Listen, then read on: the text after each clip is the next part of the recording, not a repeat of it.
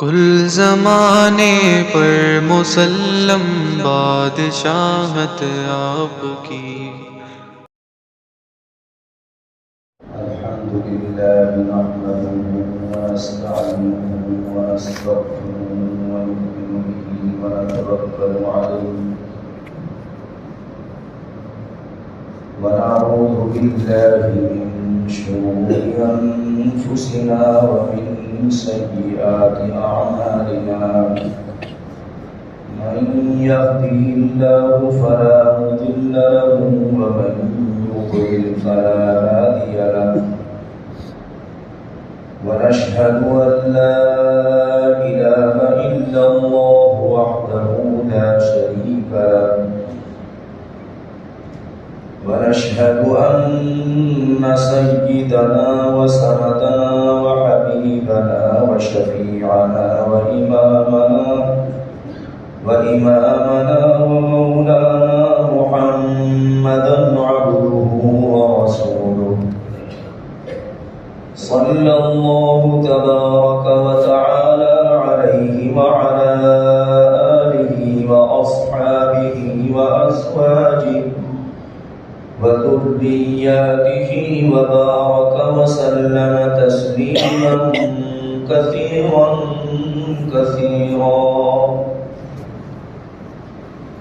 أما بعد فأعوذ بالله من الشيطان الرجيم بسم الله الرحمن الرحيم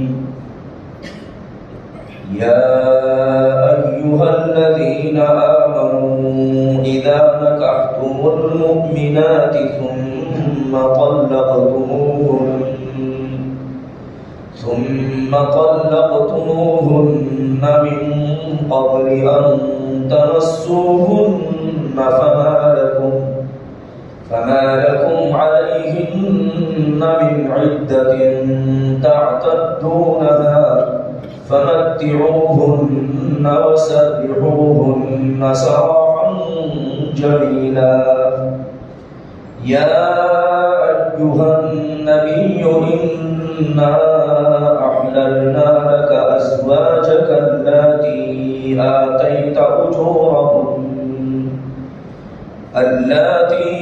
آتيت أجورهن وما ملكت يمينك مما أفاء الله عليك وبنات عمك وبنات عماتك وبنات خالك وبنات خالاتك اللاتي هاجرن معك وامرأة مؤمنة إن وهبت نفسها للنبي إن أراد النبي أن يستنكحها خالصة لك من دون المؤمنين قد علمنا ما فرضنا عليهم في أزواجهم وما ملكت أيمانهم لكي لا يكون عليك حرج وكان الله غفورا رحيما صدق الله مولانا العلي العظيم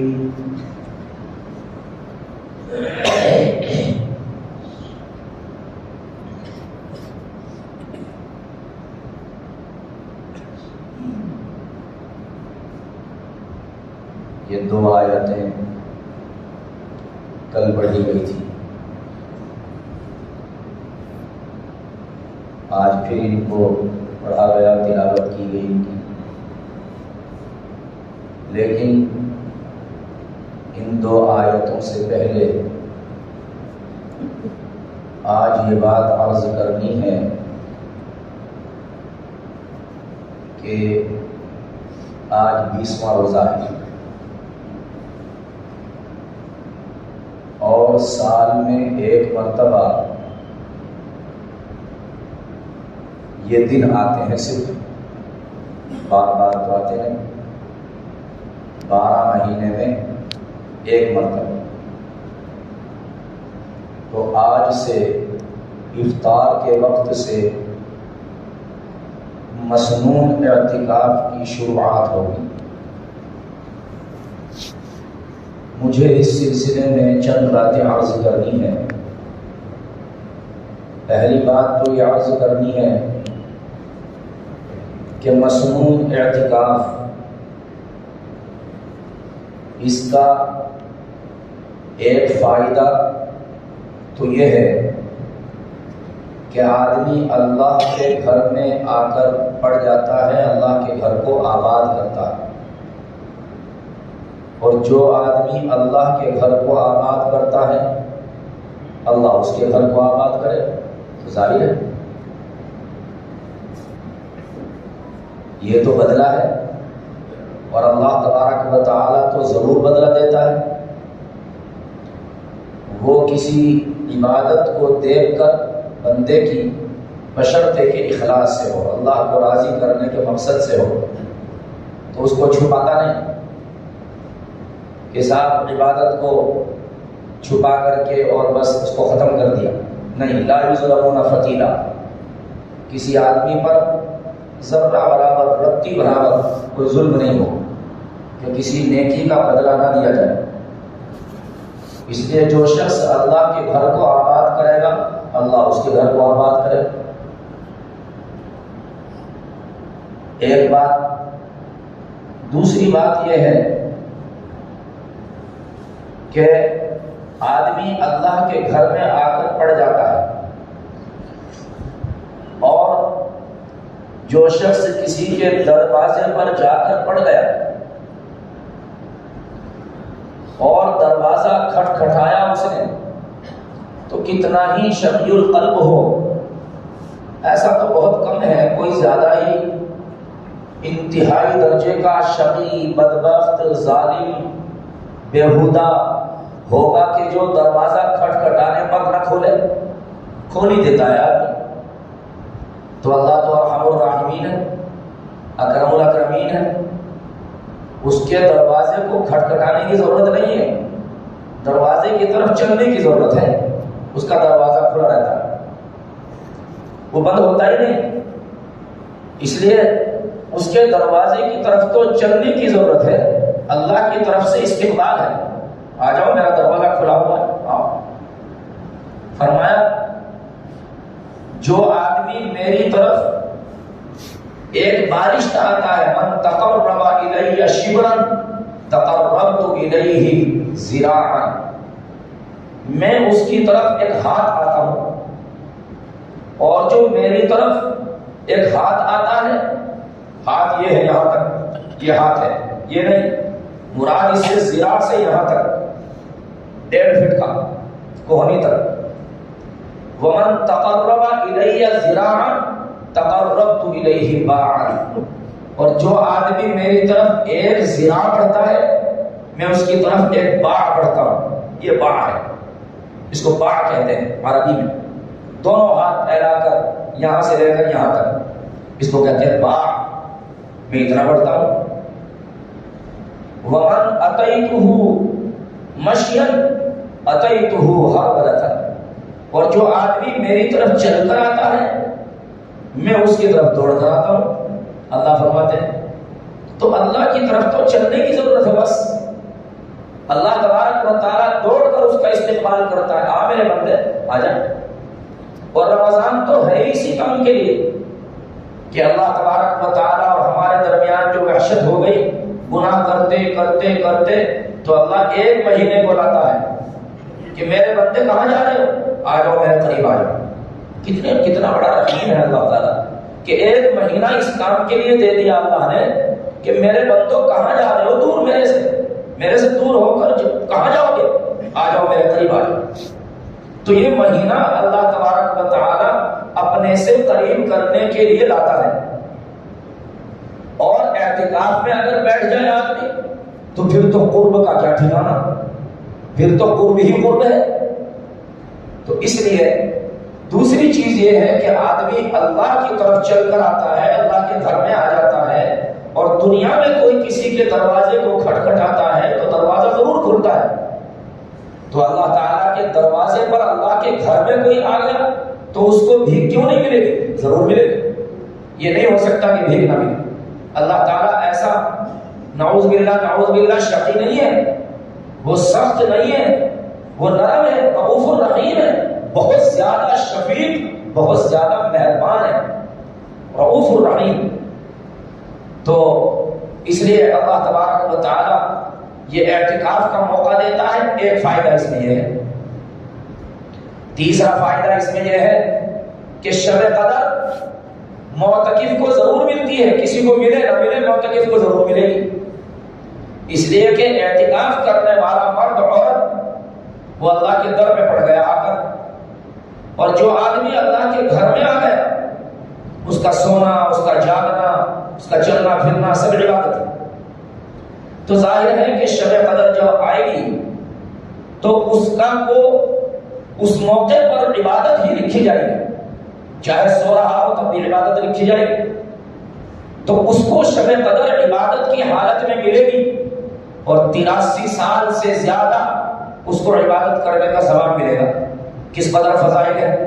میں تو یہ کہا کرتا ہوں کہ اگر کہیں یہ اعلان ہو جائے کہ فلاں جگہ رات میں آدھی رات 5-5 ہزار روپے سب کو مل رہے ہیں، جو بھی جائے فلاں جگہ تو لائن لگ جائے گی. رات آدھی رات میں 3 بجے لائن لگ جائے گی کہ صاحب 5-5 ہزار روپے فری میں مل رہے ہیں.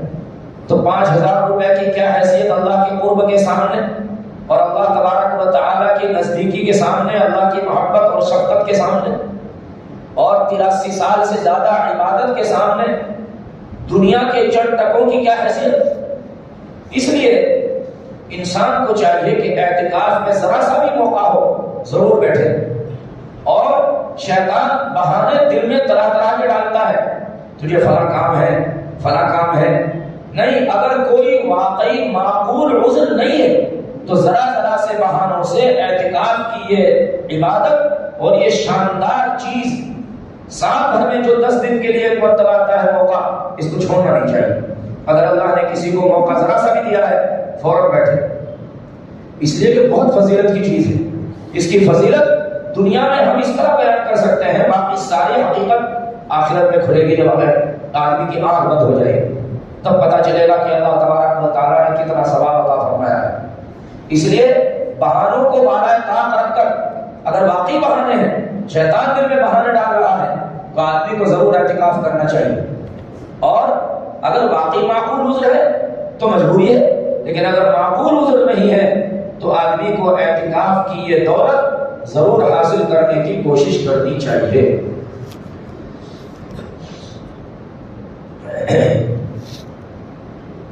مسجد میں دیکھنے کو ملتا ہے کہ 2, 4, 5 آدمی 6 آدمی اعتکاف میں بیٹھ جاتے ہیں. بڑی کوئی مسجد، کوئی بڑا محلہ ہوا، حالانکہ 50 آدمیوں کو اعتکاف میں بیٹھنا چاہیے. کہ صاحب اعتکاف میں بیٹھے ہیں، اس دولت کو حاصل کرنے کے لیے بس مسجد کے پڑوسی آ کے بن گئے، مسجد کے جار بن گئے، مسجد کا پڑوسی. تو ظاہر ہے جو مسجد کا اور اللہ کے گھر کا پڑوسی ہوگا تو آپ کو تو معلوم ہے کہ آپ صلی اللہ علیہ وسلم نے پڑوسی کے کتنے حقوق بتائے. تو جب بندوں کو پڑوسیوں کے حقوق رکھنے کی رعایت ہے تو اللہ اپنے پڑوسیوں کے حقوق کی رعایت کیوں نہیں کرے گا؟ یہ بھی تو پڑوسی بن گیا اللہ کا کہ جو مسجد میں آ کے ڈیرا ڈال دیا کہ بس یا تو میری ضرورت پوری ہو اور میں جس کے بارے میں دعا کروں وہ بھی، اور میرے لیے بھی وہ دعائیں قبول ہوں، ورنہ میں آپ کا در چھوڑ کے نہیں جاؤں گا. تو یہ مسجد کا پڑوسی بن گیا، جو مسجد میں آ گیا اللہ کا پڑوسی بن گیا. تو ظاہر ہے کہ پڑوسی کے حقوق کی رعایت دنیا میں کی جاتی ہے. اللہ بھی حقوق کی رعایت کرے گا اور اللہ تبارک و تعالیٰ بھی اس کی ضروریات کو، اس کی حاجات کو پوری کرے گا اور اس کے گھر کو آباد کرے گا.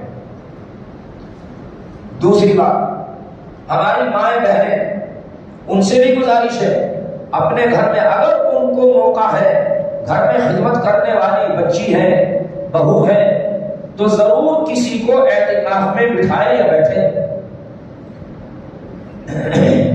اس کے لیے تو بہت آسان ہے.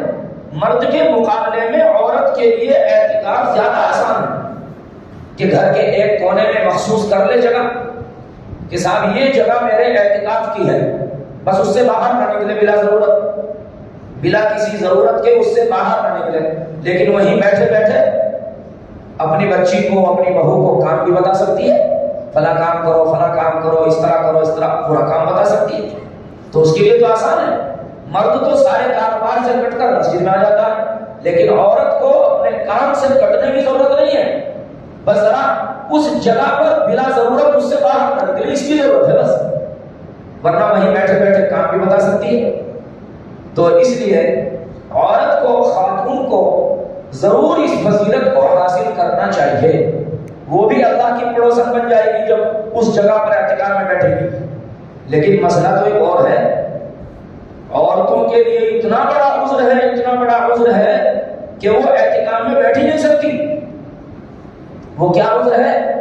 بازار کی خریداری، برقعوں سے بازار کی زینت، یہ تو بہت بڑا عذر ہے عورتوں کے سامنے، خدا کی پناہ، کہ وہ وقرن فی بیوتکن، اپنے گھر میں قرار پکڑو، گھر میں رہو، اصل پردہ گھر کا پردہ ہے، گزر چکا ہے پیچھے، لیکن عورتیں بازاروں کی زینت بنتی ہیں۔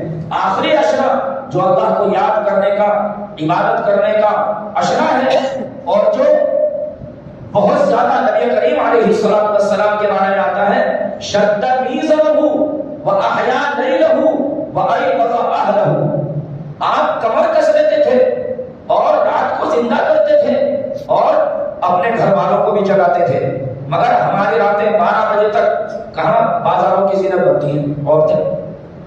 دیکھو آخری اشرے میں جو عید قریب آتی جاتی ہے، بجائے اس کے کہ اللہ کی یاد بڑھتی جائے، عبادت بڑھتی جائے، دیکھو بازار کالا ہے، میں صاحب یہ کیا؟ ارے عید کی خریداری ہو رہی ہے، عورتیں عید کی خریداری کر رہے ہیں۔ خدا کے واسطے بازاروں کی زینت مت بنیے، اپنے شوہروں اور اپنی اولاد سے یہ خدمت لیجیے، آپ کو جو کام کرانا ہے بازار کا اپنے شوہر اور اپنی اولاد سے کرائیے۔ آپ بازار مت جائیے، آپ گھر کے اندر رہیے، گھر کے اندر اللہ کی عبادت کیجیے، اور گھر کے اندر رہ کر درود شریف پڑھیے، کلمہ طیبہ، استغفار، صلاۃ التسبیح، قرآن کریم خوب پڑھیے، جتنا آپ کمائیں گی آخرت میں اتنا ہی کمائیں۔ یہ زیب و زینت کی چیزیں خریدنا، بازاروں میں وقت گزارنا، یہ کیا کام آئے گا آخرت میں؟ کچھ بھی کام نہیں آئے۔ اور پھر یہ کام تو شوہر بھی کر سکتا ہے، اولاد بھی کر سکتی ہے کہ سامان بازار سے لا کے دکھا دے، آپ پسند کر لیں، باقی کو واپس کر دیا جائے، یہ کام کیا جا سکتا ہے۔ یعنی خریداری گھر میں بیٹھ کر بھی ہو سکتی ہے، مگر ہماری ماں بہنیں خدا کے واسطے آپ سے میں دل سے ادب کے ساتھ گزارش کرتا ہوں، آپ آخری اشرے میں بازاروں کی زینت مت بنیے، مت بنیے۔ میں آپ سے خدا کے واسطے 2 ہاتھ جوڑ کر آپ سے گزارش کر رہا ہوں، آپ گھر سے باہر مت نکلیے، اپنے گھر کے اندر رہیے اور گھر کے اندر ہی اپنا سامان منگائیے، وہیں اپنی ضرورت پوری کیجیے۔ قناعت پسندی ہونی چاہیے۔ بہت زیادہ، میں نے ایک روز اور بیان کیا تھا، بہت زیادہ خریداری، بہت زیادہ بوجھ اور بہت زیادہ زیب و زینت کے سامان اختیار نہیں کرنے چاہیے عورت کو۔ قناعت پسند ہونا چاہیے۔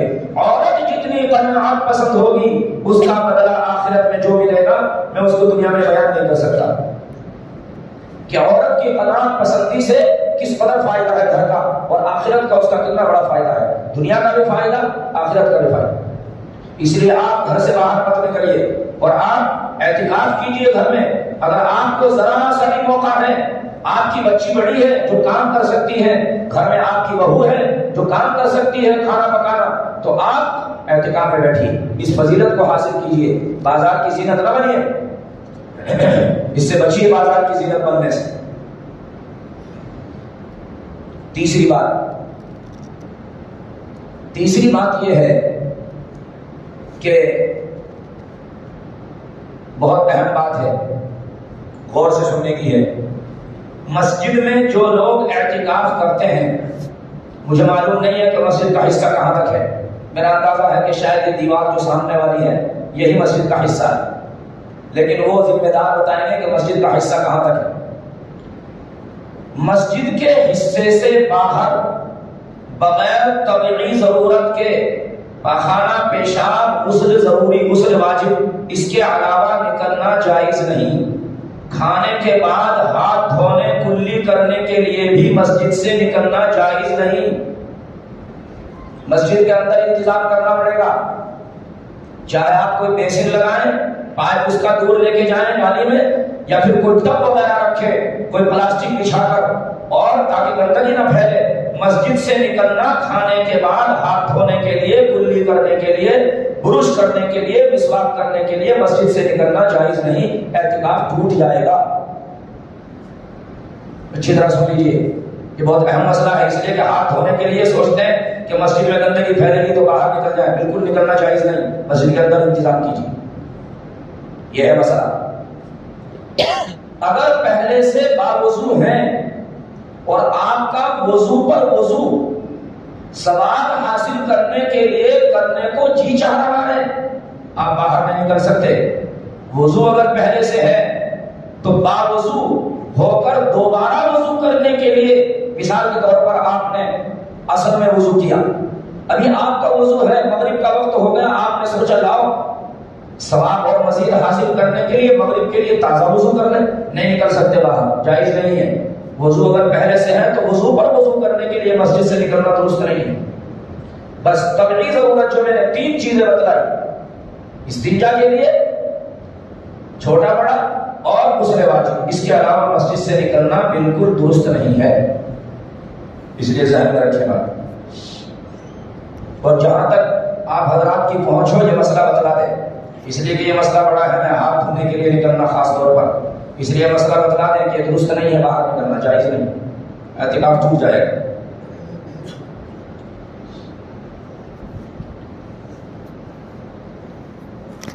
اس کے بعد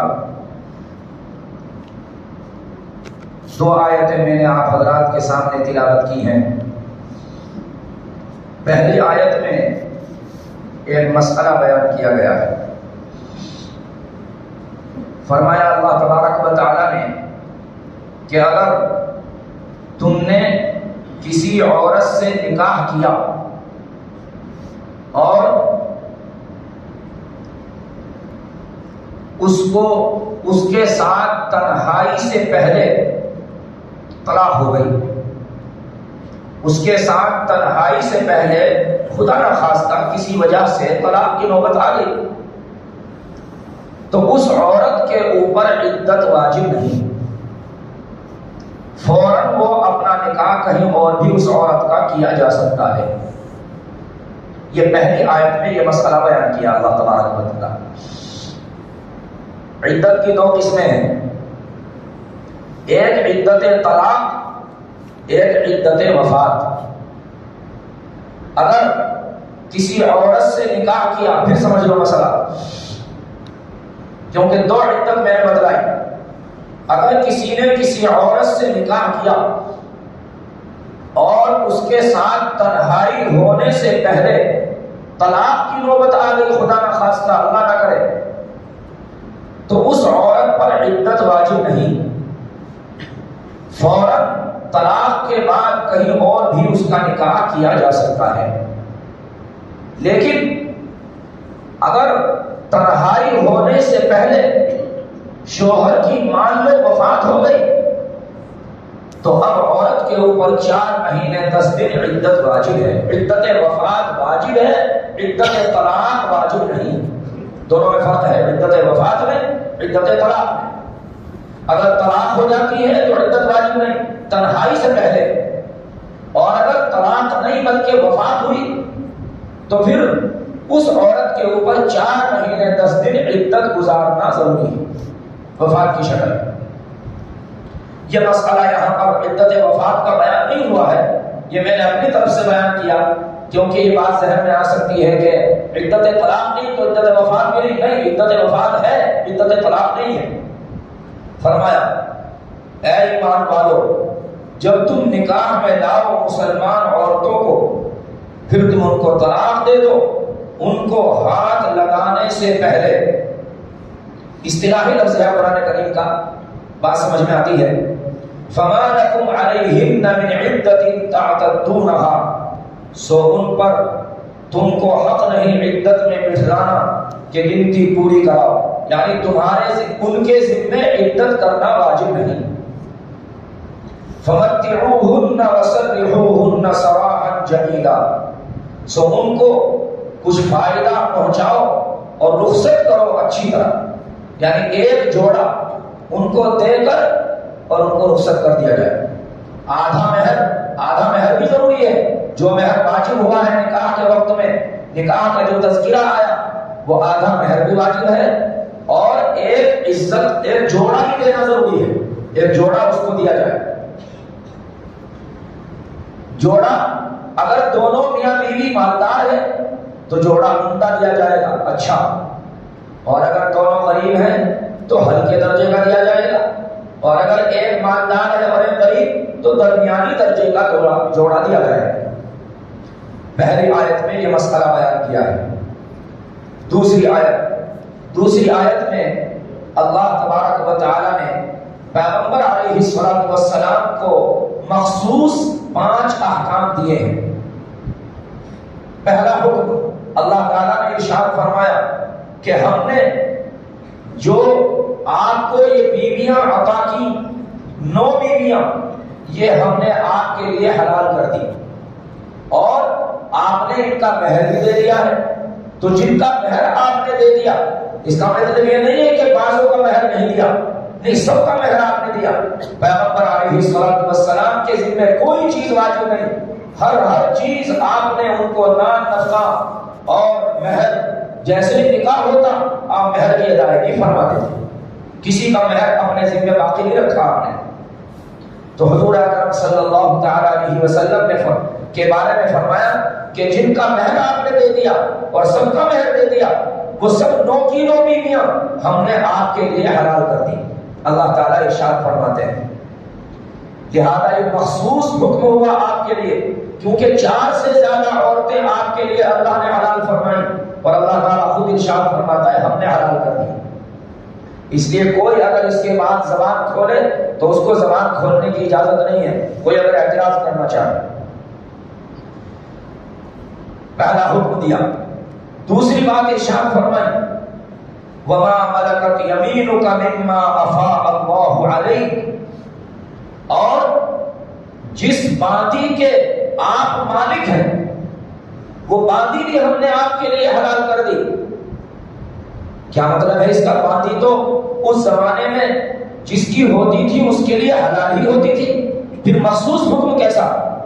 مخصوص حکم یہ ہے کہ پیغمبر علیہ الصلوۃ والسلام کو کسی بھی غزوے میں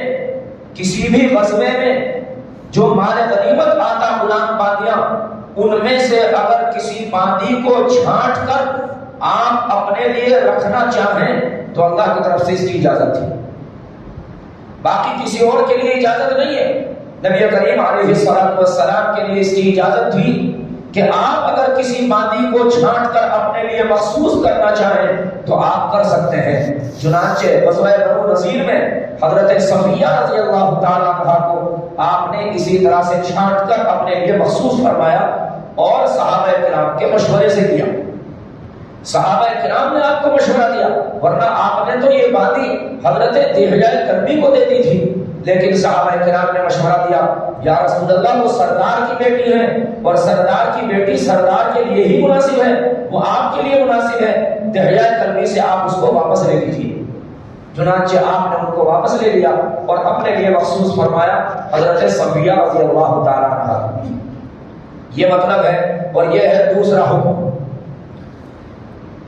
تیسرا حکم ارشاد فرمایا، آپ کی چچا کی بیٹیاں اور آپ کی پھوپھی کی بیٹیاں، آپ کی ماموں کی بیٹیاں، آپ کی خالہ کی بیٹیاں، یعنی باپ کی طرف سے جو لڑکیاں ہیں وہ اور ماں کی طرف سے جو لڑکیاں ہیں وہ سب آپ کے لیے حلال نہیں ہے، بلکہ شرط یہ ہے اس کے لیے کہ انہوں نے آپ کے ساتھ ہجرت کی ہو۔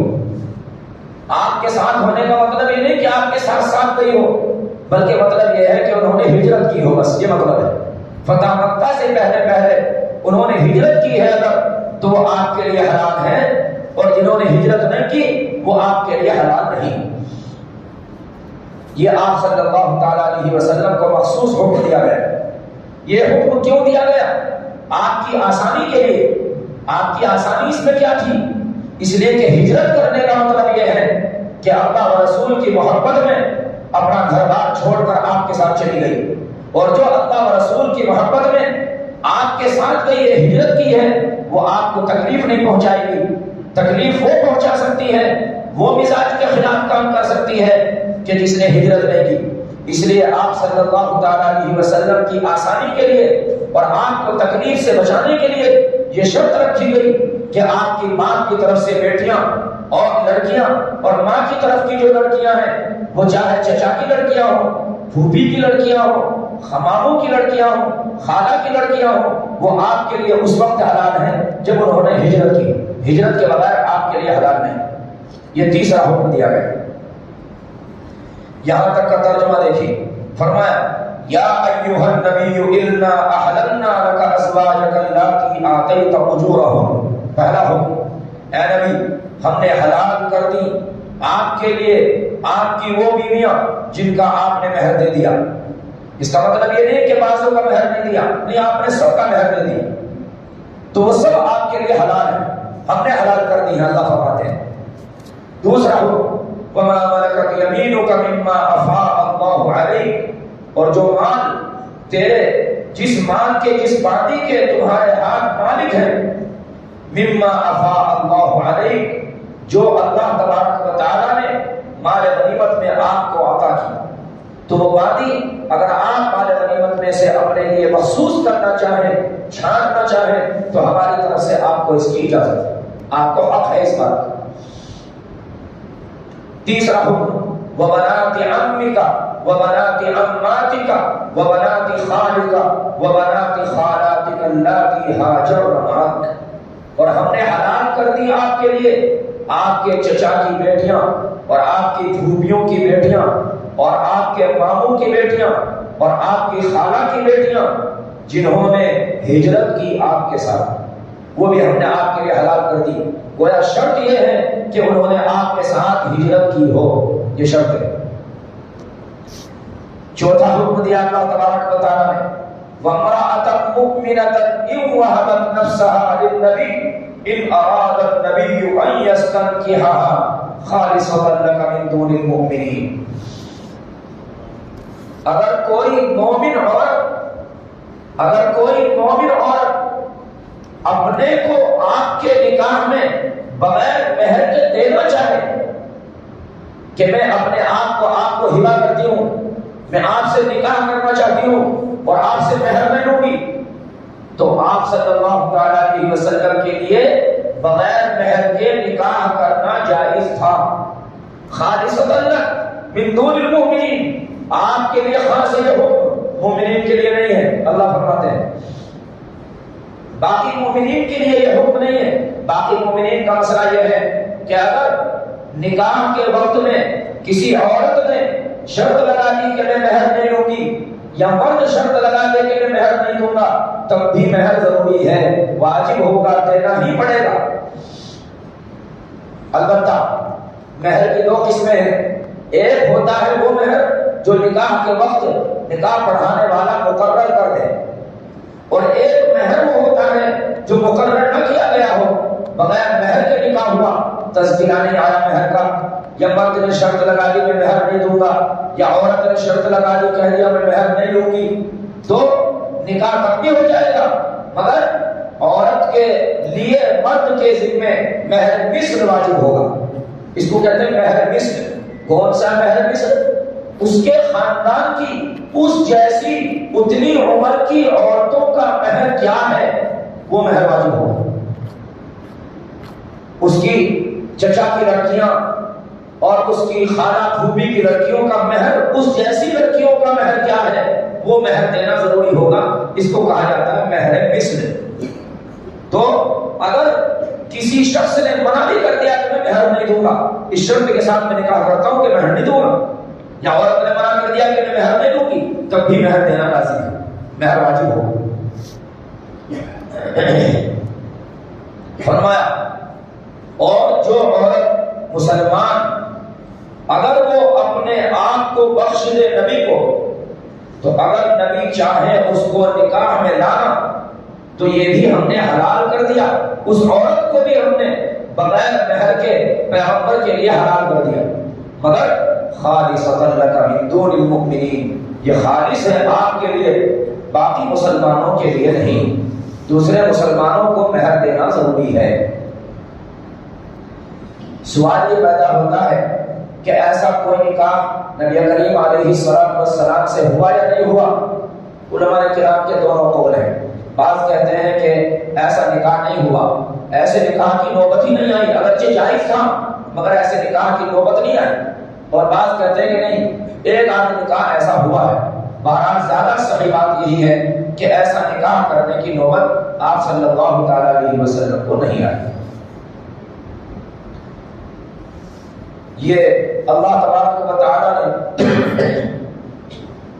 4 احکام دیے، اس کے بعد فرمایا 5 احکام، اس کے بعد فرمایا قد علمنا ما فرضنا عليهم في ازواجهم وما ملكت ايمانهم لكي لا يكون عليك حرج وكان الله غفورا رحيما۔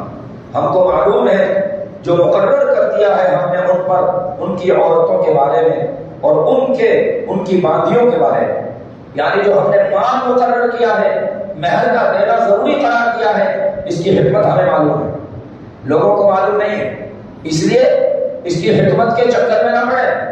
بس ہمیں معلوم ہے کہ اس کی حکمت کیا ہے، بس وہ تو ہمارے حکم کے سامنے سر تسلیم خم کر دیں اور اس کی اطاعت کریں، فرمانبرداری کریں۔ باقی یہ حکم ہے پیغمبر علیہ السلام کے لیے خاص، مومنین کے لیے نہیں۔ ہم کو معلوم ہے جو ہم نے مقرر کر دیا ہے ان پر، ان کی عورتوں کے بارے میں اور ان کی باندیوں کے بارے میں، لِكَيْ لَا يَكُونَ عَلَيْكَ حَرَجٌ، تاکہ نہ رہے تجھ پر کوئی تنگی، وَكَانَ اللَّهُ غَفُورًا رَحِيمًا، اور اللہ تبارک و تعالی بہت زیادہ بخشنے والا، بڑا مہربان ہے۔ یہ چند احکام ان آیتوں میں دیے گئے مخصوص احکام۔ اللہ تبارک و تعالی ہم سب کو کہنے سننے سے زیادہ عمل کی توفیق نصیب فرمائے۔ وآخر دعوانا الحمدللہ رب العالمین۔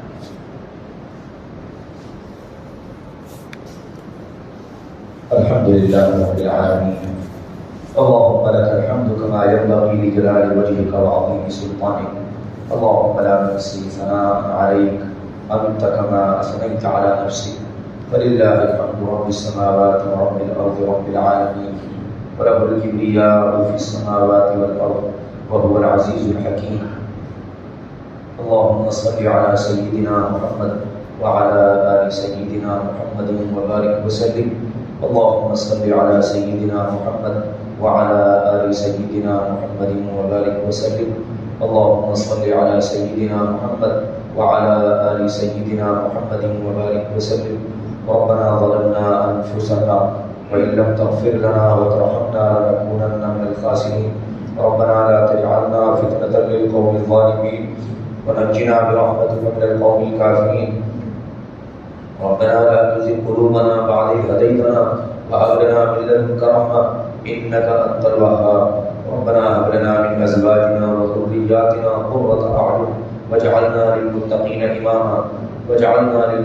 إماما، ربنا اغفر لنا ولإخواننا الذين سبقونا بالإيمان ولا تجعل في قلوبنا غلا للذين آمنوا، ربنا إنك رؤوف رحيم، ربنا وآتنا ما وعدتنا على رسلك ولا تخزنا يوم القيامة إنك لا تخلف الميعاد، ولا تخزنا يوم القيامة إنك لا تخلف الميعاد، ولا تخزنا يوم القيامة إنك لا تخلف الميعاد۔ الہ العالمین، ہم آپ کے گنہگار بندے ہیں، نافرمان ہیں، سر سے پاؤں تک گناہ میں ڈوبے ہوئے ہیں۔ الہ العالمین، اپنے تمام بندوں اور بندیوں کو معاف فرما۔ اے اللہ، اپنے گندے ہاتھ آپ کے سامنے پھیلا رکھے ہیں، گندی زبان سے مانگ رہے ہیں، سر سے پاؤں تک۔ اے اللہ، ہر عضو گندا ہے۔